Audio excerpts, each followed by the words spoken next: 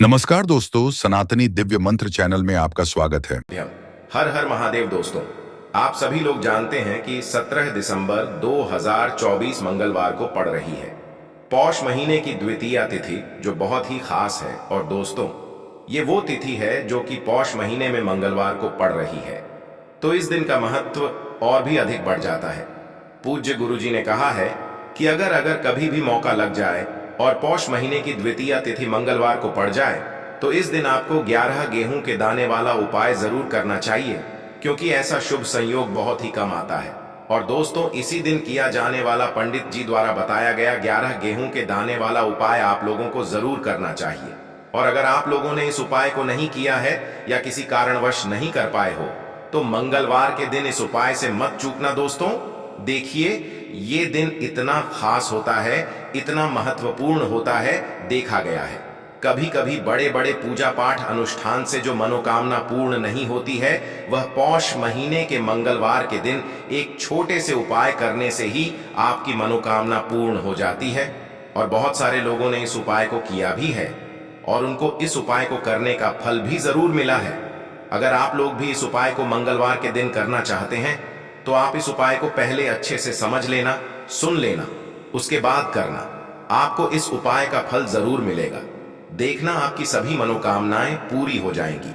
दोस्तों, हम आपको यहां पर बता दें कि यह जो 11 गेहूं के दाने वाला उपाय है, ये उपाय पंडित जी ने अपनी अभी की शिव महापुराण की कथा में ही बताया है। और इस उपाय को करने से आपके घर में चाहे किसी भी प्रकार की दुख और समस्या क्यों ना चल रही हो, आपको उसका कारण भी नहीं पता है कि भाई ये समस्या किस कारण से चल रही है। उसका कुछ भी कारण हो सकता है, जैसे पितृदोष हो सकता है, काल सर्प दोष हो सकता है, या किसी भी तरह का मंगल दोष भी हो सकता है। और भी बहुत तरह के दोष होते हैं, कुछ भी हो सकता है। पर आपको इस उपाय को करने के लिए अपने दोष को पता लगाने की भी जरूरत नहीं है। आपके घर में किस कारण से इतनी दुख और परेशानी आ रही है, वह भी आपको पता लगाने की जरूरत नहीं है। बस मंगलवार के दिन इस उपाय को कर लेना, क्योंकि इसी एकमात्र उपाय को करने से आपके पूरे घर परिवार में सुख और शांति हो जाएगी। आपके घर में अच्छे अच्छे काम होने लगेंगे। आपकी जो भी मनोकामना होगी, वह भी धीरे धीरे करके पूर्ण होना शुरू हो जाएंगी। अब हम समझते हैं इस 11 गेहूं के दाने वाले उपाय को आपको करना कैसे है, किसको करना है, किस समय करना है और कैसे करना है। देखो, उपाय बिल्कुल आसान है, बस समझने वाली बात है। ध्यान से समझिए, उसके बाद ही आप लोग जो है इस उपाय को जरूर कीजिएगा। लेकिन उससे पहले जो भी मेरे भाई मेरी प्यारी बहनें आज चैनल पर पहली बार आए हैं या मेरी आवाज आज पहली बार सुन रहे हैं, अगर आप भी महादेव के सच्चे भक्त हैं, तो वीडियो को लाइक और चैनल को सब्सक्राइब जरूर कर लें और कमेंट बॉक्स में लिखे हर हर महादेव, जय भोलेनाथ। अब सबसे पहली चीज हम लोग ये समझते हैं कि इस 11 गेहूं के दाने वाले उपाय को इस शनिवार के दिन किसको करना है। तो देखिए, इस उपाय को घर के सभी सदस्यों को करने की बिल्कुल भी जरूरत नहीं है। घर में से कोई एक मुख्य बड़ा सदस्य ही इस उपाय को करेगा, तो उस घर परिवार के सभी सदस्यों को इस उपाय को करने का फल मिल जाएगा। पर वो बड़ा सदस्य कौन होगा, कौन व्यक्ति इस उपाय को करेगा, तो यहाँ पर देखिए, हम आपको बता दें, घर की जो बड़ी माताएं बहनें होंगी, घर की बड़ी माताओं बहनों में से कोई भी एक माता बहन इस वाले उपाय को कर सकती है। अपने पूरे घर परिवार के लिए घर में सभी सदस्यों को इस उपाय को करने की जरूरत नहीं है। मात्र घर की जो बड़ी माताएं बहनें हैं, उनमें से कोई भी एक माता बहन इस वाले उपाय को करेगी, तो उसके घर परिवार के पूरे सदस्यों को इस उपाय का फल मिलेगा। अगर किसी कारणवश माताएं बहनें घर में उपस्थित ना हो या वो इस उपाय को ना कर रही हो, कुछ दिक्कत हो, तो भाई उस जगह पर फिर घर का कोई बड़ा व्यक्ति भी इस उपाय को कर सकता है। माताओं बहनों के कहने का मतलब ये था कि माताएं बहनें घर की लक्ष्मी होती है। जब घर की लक्ष्मी कोई उपाय करती है, तो निश्चित ही भगवान शिव जी बहुत जल्दी प्रसन्न होते हैं और उपाय का फल में बहुत जल्दी और बहुत बड़ा करके भी यहाँ पर देते हैं। तो आप लोग ये बात समझ गए होंगे। अब हम ये बात समझते हैं, इस वाले उपाय को हमें करना किस समय है।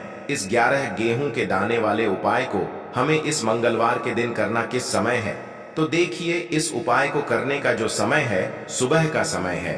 अब देखिए, यहाँ पर हम मुख्य रूप से सुबह का समय नहीं बोलेंगे, क्योंकि देखिए, ये जो मंगलवार है, और आप सभी लोग जानते हैं इसका शाम का जो समय होता है ना, इस दिन भगवान शिव और माता पार्वती जी का सबसे प्रिय दिन होता है।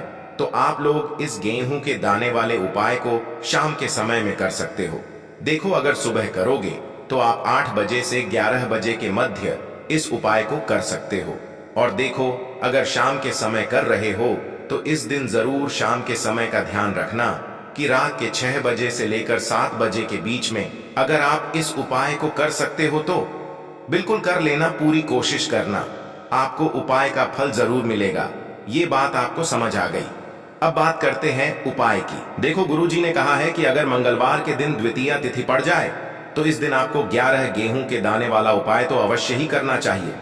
देखो, यह उपाय यदि आपके जीवन में कर्जा बहुत अधिक है, आपके जीवन में संकट बहुत अधिक रहते हैं, आपके ऊपर बहुत अधिक विपदा आ रही है, बार बार आपको अपने व्यापार में और अपने धन में हानि देखने को मिल रही है, यानी कि आपको प्रत्येक कार्य में हानि हो रही है, तो आपको यह उपाय करना चाहिए। देखिए, इस उपाय के लिए आपको 11 गेहूं के दाने आपको लेने हैं, ठीक है। 11 दाने लेने के बाद में आपको जरूरत होगी चावल के दानों की। 11 चावल के दाने और 11 गेहूं के दाने, और चावल के दाने खंडित नहीं होने चाहिए।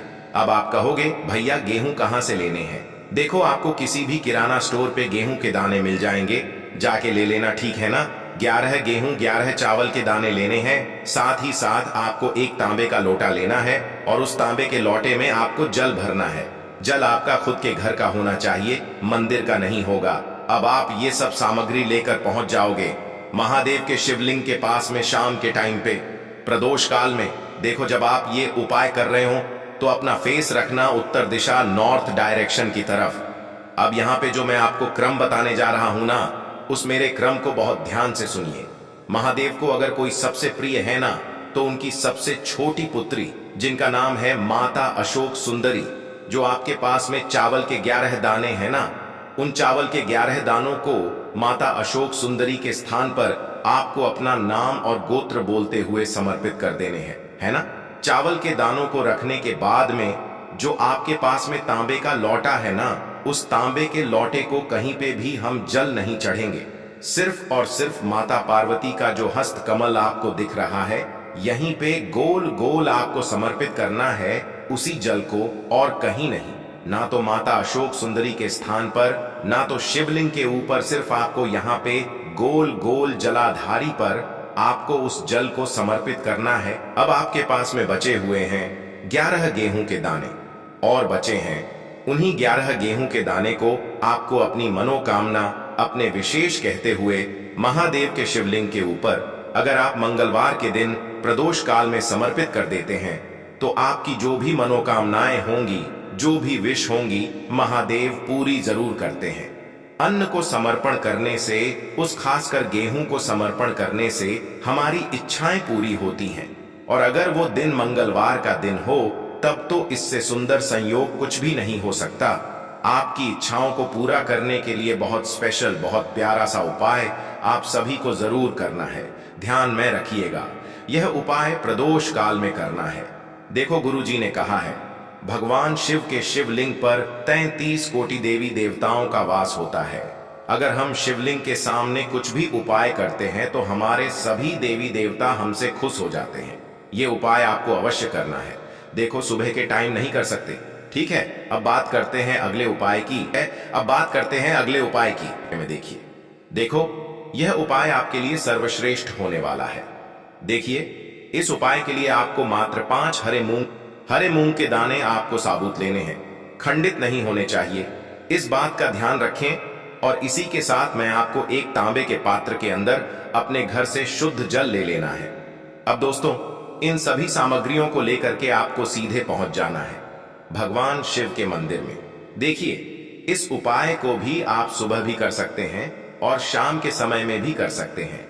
देखिए, भगवान शिव के मंदिर में पहुंचने के बाद आपके पास जो 5 हरे मूंग हैं, उनमें से पहला जो हरा मूंग है, आपको शिवलिंग के सामने जो नंदी महाराज होते हैं, और उनका जो पैर उठा हुआ होता है वहां पर आपको पहला हरा मूंग समर्पित कर देना है और आपको ओम नमः शिवाय इस मंत्र का जाप कर लेना है। फिर आपको दूसरा हरा मूंग लेना है और शिवलिंग पर जो श्री गणेश जी वाला स्थान होता है वहां पर आपको यह दूसरा हरा मूंग समर्पित कर देना है, यानी कि शिवलिंग के सीधे तरफ आपको ये दूसरा हरा मूंग समर्पित करना है और फिर आपको ओम नम शिवाय या फिर श्री गणेशाय नम इस मंत्र का जाप कर लेना है। तीसरा हरा मूंग का दान आपको भगवान शिव की सबसे प्रिय पुत्री माता अशोक सुंदरी वाले स्थान पर समर्पित करना होगा। शिवलिंग की जो जलाधारी होती है, जहां से जल बह करके आता है, उसी जलाधारी के बीच में जो कहीं कहीं उठी हुई लाइन होती है सांप की आकृति के रूप में, वहीं पर आपको तीसरा हरा मूंग समर्पित करना है और फिर आपको ओम नमः शिवाय इस मंत्र का जाप कर लेना है। अब दोस्तों चौथा जो हरा मूंग है उसे आपको भगवान कार्तिकेय जी का जो स्थान होता है शिवलिंग पर, वहां पर आपको ये चौथा हरा मूंग का दाना समर्पित कर देना है और आपको ओम नमः शिवाय इस मंत्र का जाप कर लेना है। अब दोस्तों आपके पास जो पांचवा और अंतिम हरा मूंग बचा हुआ है उससे आपको उससे जल के पात्र के अंदर डाल देना है और इस हरे मूंग से युक्त जल से आपको भगवान शिव के शिवलिंग का अभिषेक कर देना है। जल आपको बिल्कुल धीरे धीरे समर्पित करते जाना है और लगातार आपको शिव महापुराण के मूल मंत्र श्री शिवाय नमस्तुभ्यम इस मंत्र का जाप करते रहना है। फिर आपको शिवलिंग के सामने बैठकर, यदि आप अपने बच्चों के लिए ये उपाय कर रहे हैं, यदि आप अपने बच्चों की बुद्धि ज्ञान और विवेक के लिए उपाय कर रहे हैं, तो उसके लिए आपको प्रार्थना कर लेनी है, या फिर व्यापार में वृद्धि करने के लिए ये उपाय कर रहे हैं तो उसकी कामना करते हुए आपको प्रार्थना कर लेनी है, या फिर अपनी नौकरी के लिए कर रहे हैं, या फिर अपने इंटरव्यू के लिए, या फिर धन की प्राप्ति के लिए कर रहे हैं। जिस भी कामना के लिए आप उपाय कर रहे हैं उसे परिपूर्ण करने के लिए आपको महादेव से प्रार्थना कर लेनी है और फिर आपको वापस अपने घर आ जाना है। पूज्य गुरु जी ने कहा है कि जो भी व्यक्ति इस उपाय को कर लेता है तो यकीन मानिए आपके जीवन की जो सारे संकट, कष्ट और बाधाएं ही वो सभी समाप्त होंगे। अब हम बात करते हैं अगले उपाय की। इस उपाय के लिए आपको एक दीपक लेना है। दीपक आप मिट्टी का भी ले सकते हैं और शुद्ध आटा मढ़कर उसका दीपक भी आप तैयार कर सकते हैं। दीपक के अंदर गोल बाती का प्रयोग करना है और दीपक के अंदर आपको शुद्ध घी का प्रयोग करना है। इसी के साथ में आपको मात्र एक फूल वाली लौंग लेनी होगी। अब यह एक दीपक और एक फूल वाली लौंग लेकर के सीधा आपको पहुंचना होगा बरगद के वृक्ष के वहां पर। देखिए, सबसे पहले तो आपके पास जो एक फूल वाली लौंग है उससे आपको बरगद के वृक्ष की जड़ में समर्पित करना है। देखिए, अगर आपके जीवन में कोई भी बड़ा संकट आने वाला है, कोई भी बड़ा कष्ट आने वाला है, तो वह इस उपाय के माध्यम से दूर होने वाला है। महादेव की विशेष कृपा रहेगी कि जो भी संकट आपके जीवन में आने वाला होगा वह भी दूर हो जाएगा। तो आपको एक लौंग समर्पित करनी है बरगद के वृक्ष की जड़ में और वहीं पर आपको जो है गोल बाती वाला दीपक जो आप लेकर के गए हैं उससे भी वहां पर प्रज्वलित कर देना है।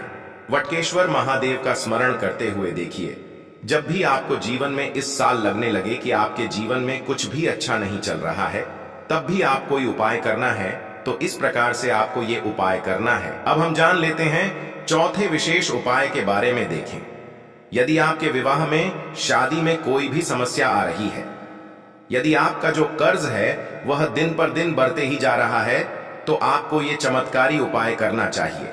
कोई भी समस्या अगर जीवन में है तो उसे दूर करने के लिए आप कोई उपाय करना चाहिए। मंगल दोष से जुड़ी हुई समस्या भी है तब भी आपको ये उपाय करना चाहिए।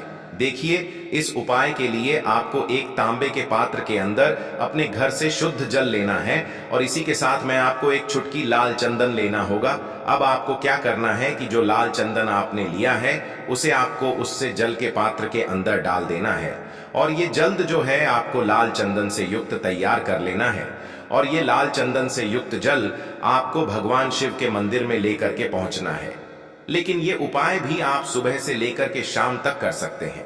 अब दोस्तों, ये जो लाल चंदन से युक्त जल है, इससे आपको भगवान शिव के शिवलिंग पर धीरे धीरे अर्पित कर देना है और आपको लगातार श्री शिवाय नमस्तुभ्यम इस मंत्र का जाप करते रहना है।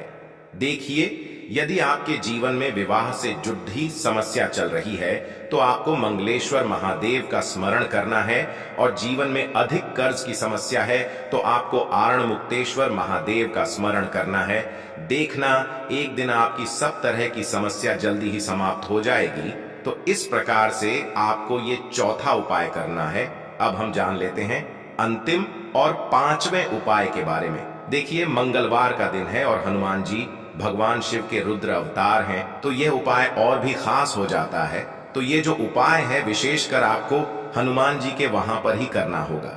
देखिए, जब भी आपको ऐसा लगने लगे कि आपके जीवन में जो कर्ज है वह समाप्त ही नहीं हो पा रहा है, दिन प्रतिदिन बढ़ते ही जा रहा है, कष्ट जो है वह दिन प्रतिदिन बढ़ते ही जा रहे हैं, कष्ट जो है वह समाप्त ही नहीं हो पा रही है, यानी कि जीवन में जब भी कोई विपदा आती है, संकट आता है, तो हमें संकट मोचन हनुमान जी के मंदिर में जाना चाहिए। लेकिन यह उपाय बहुत ही खास है। इस उपाय के लिए आपको एक चौमुख दीपक तैयार करना होगा। आपको एक दीपक लेना है, दीपक के अंदर 4 बातियां लगानी है। देखो, बाती के लिए आपको मोली वाला धागा आता है कलावा का, उसकी भी बना सकते हैं, या फिर आप सफेद रुई की जो बत्तियां हैं उन्हें भी बना सकते हैं। अब आपको लेना है एक कटोरी सरसों का तेल, और अब इस दीपक के अंदर या तो आपको चमेली का तेल डालना है, या फिर जो आपने एक कटोरी सरसों का तेल लिया है उसमें आपको सरसों का तेल डालना है, और इसी के साथ में आपको मात्र एक फूल वाली लौंग भी लेनी है। देखिए, अब जो ये दीपक है और लौंग है, इन दोनों का आपको हनुमान जी के मंदिर में लेकर के पहुंचना है। अब सबसे पहले तो ये जो चौमुखी दीपक है, इसे आपको हनुमान जी के सामने प्रज्वलित करना है। दीपक को प्रज्वलित करने के बाद आपको वहीं पर एक बार हनुमान चालीसा का पाठ करना है, या फिर आप आरणमोचक मंगल स्तोत्र का पाठ भी कर सकते हैं। अब आपके पास जो एक फूल वाली लोग है, उनसे आपको अपने सीधे हाथ में रखना है। आपको प्रार्थना करनी है हनुमान जी से कि जीवन की जो भी संकट है, विपदा है, वो सभी आपकी कृपा से दूर हो। और ये जो एक लौंग है, इससे भी आपको उससे चौमुखी दीपक के अंदर डाल देनी है और अपनी मनोकामना बोल देना है। गुरु जी कहते हैं कि कुछ दिनों में ही आपकी सब मनोकामना पूरी हो जाएगी। तो इस प्रकार से ये सुंदर सा और सरल सा उपाय करना है। देखो, आज की वीडियो में हमने आपको जितने भी उपाय बताए हैं, सभी उपाय बहुत ही सरल है जो आपको करने हैं। देखना आपके जीवन के सारे संकट और कष्ट दूर। उपाय को करते समय किसी भी प्रकार की गलती ना करें। अगर आपको उपाय से जुड़ा कोई सवाल है तो हमें कमेंट बॉक्स में पूछ सकते हैं। अगर आपको हमारी वीडियो पसंद आए तो हमारे इस चैनल को सब्सक्राइब जरूर करें